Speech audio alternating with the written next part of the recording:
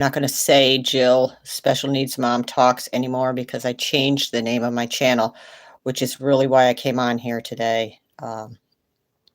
Haven't been on in a while, and truthfully, I was nervous to even come on camera. I don't have anything planned to say, just wanted to come on and say I changed the name of my channel from Special Needs Mom Talks to Jill Woodworth Talks, which is my name, and I talk a lot. And I don't feel like being under any paradigm, any umbrella, not in a box anymore. Not that I was. I felt like I grabbed that just as a transition out of TSC Talks when I was doing the podcast. That was a big umbrella. And it took me a while to let go of that label, having worked so hard and devoted so much time to this awesome podcast. But, there was some identity there. And like, who am I really? I mean, what is at the core of who we are? And special needs mom, I think that came to mind because a lot of my energy is devoted to understanding, facilitating, advocating, working with my own offspring.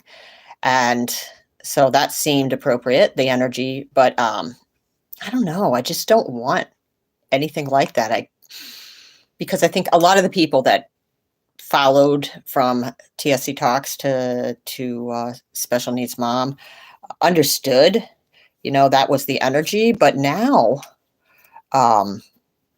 it's just a certain perception that I felt like I'm putting out there that I don't want to be, not that I don't want to be associated with it, because I definitely am a special needs mom. I think we all fall under so many categories. But it just felt crunchy to me. So I'm just going to be Jill Woodworth and bust it out like that. So I'm back on here and been really immersed in setting up things with my son. He went over the cliff. I went over with him, and we've got services that are kind of out there as we transition to adult services, which is what you do when you have an offspring kid that needs that extra support to become more able to take care of themselves and live independently. So that's usually the goal. I see what happens in these systems is they're so narrowly focused on, and a lot of them disconnected. There's not necessarily the push to progress to independence in these systems. A lot of people get stuck. There's many reasons for it, but kind of watching that and thinking, how can I help support a little bit so I can see where the gaps are from dealing with it for so long with my daughter. And oh gosh, it's crazy. It's crazy. And it's a lot of well-intentioned ideas and concepts that we have in the disability community and population that have intellectual disabilities. Say, for instance, my son, who's really mildly affected.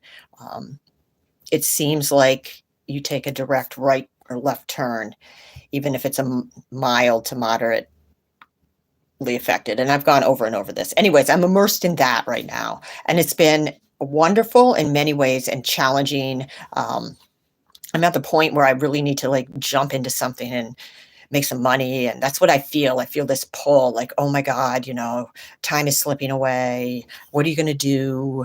And then there's this pulling back into just stay right here in the present moment now. And what is in front of you? And how is that, how can you just be here now for what's showing up?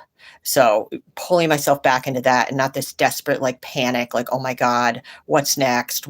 I don't see any clear trajectory for myself right now. So I'm just kind of floating, and I refuse to push myself into some idea until it gels within. I can't even articulate it another way. So we're going to go back to the farm, Many Hands Organic Farm, tomorrow morning, Jack and I, and do the Working Shareholder Program, which is just a wonderful program out there. We work for 4 hours and we get a share of fresh organic vegetables, which are just amazing. So we're going to do that together, and I'm going to work right next to Jack, and that'll be a really interesting experience. And I feel really grateful to be able to do that. So I'm doing that. And yeah, it's just a big transition shift in my head to be more like present in my living circumstances. I've been working really hard at developing some other stuff, and I have to kind of slow down and be here now. So that's what I'm doing. And today's my partner's 58th birthday, and he's been a rock star for me. For him, he's just an amazing human, divine human, masculine, divine, that doesn't really know it yet, but well, he knows it. He just forgot that he is divine. We don't talk about that, but he's out golfing, so that'll be cool. Hopefully he will do pretty well. Just kind of showing up and mirroring to me a lot of my own stuff. It's pretty solid in himself, and so stuff would bounce, and I'd have to face it in our relationship. There was a lot of that, and I ain't saying he's perfect, and anyways, I forgot that I'm live. I'm talking about this stuff. He's a great mirror for my worthiness. A lot of unworthiness I have, and he just is solid in himself. He does not feel unworthy, and that is a great thing, because all the ways that I would try to get that energy and like solidify it by bouncing it off someone, it just bounced back, and I had to think, well, if he thinks I'm worthy of this stuff that he's helping me support, and all the things we're doing together, and just me in a relationship, then I must be worthy. So kind of reminding myself, like, yeah, I'm worthy of this. I am worthy of having a decent, awesome, honest relationship, and I'm going to push myself to that, because yeah. So I'm grateful for him, and happy birthday to John, JD from Newport, Vermont. Yeah, I think that's all I'm going to do today.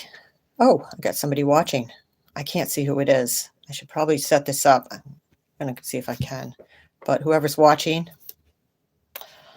yeah, going to roll off and go make some tacos tonight. That's what he wanted for dinner, my baby. So we're going to have tacos and cheesecake again. Cheesecake we've had we're kind of celebrating, over time with the cheesecake. Gosh, yeah. And I don't know. I don't know what to say right now. Just surrendering into the moment. I don't have a lot of stone cold gold, solid gold advice or experiences to share. I have a lot of them, actually. We've had a lot of experiences. We were driving up to Vermont. This is funny. And we stopped at this restaurant, my partner, John, and I, called the Mockingbird Tavern in Putney, Vermont. And we were really hungry. We hadn't eaten and like all day. It looked not too crowded, so we went in, and there was a weird vibe. It was kind of like I don't want to say like hole in the wall. There were plenty of people in there, not crowded. We thought we'd maybe be able to roll in and out pretty quickly because it wasn't crowded on a Friday night. And the reviews were good, but it just took forever. And we ended up leaving without our food, because we were ignored. It was like we went into some time warp, and they almost forgot we were there, and no food was coming out of the kitchen anyway. And we were like at least an hour in, hadn't, barely taken our order, or well, they took our order, and no like updates or anything. And I guess we're from Massachusetts and it's Vermont, and things are way slower there. I did notice that. But we had to leave, and it was just weird. They were kind of like, okay, goodbye. They obviously, we could smell the food cooking. Our meal was probably coming, but we really had to go. And I hate doing that. But it was just ridiculous. So that's really like the biggest thing I got to talk about right now. I have plenty more, but I'm not ready to go deep right now. Just not ready, but I will be. And I'm going to be doing some lives on Instagram with my friend Gabrielle Klingon from, I interviewed her on the podcast. See, I'm getting tired, and yeah, this is probably getting long, but my Bustin' Out podcast, which I'm still working on.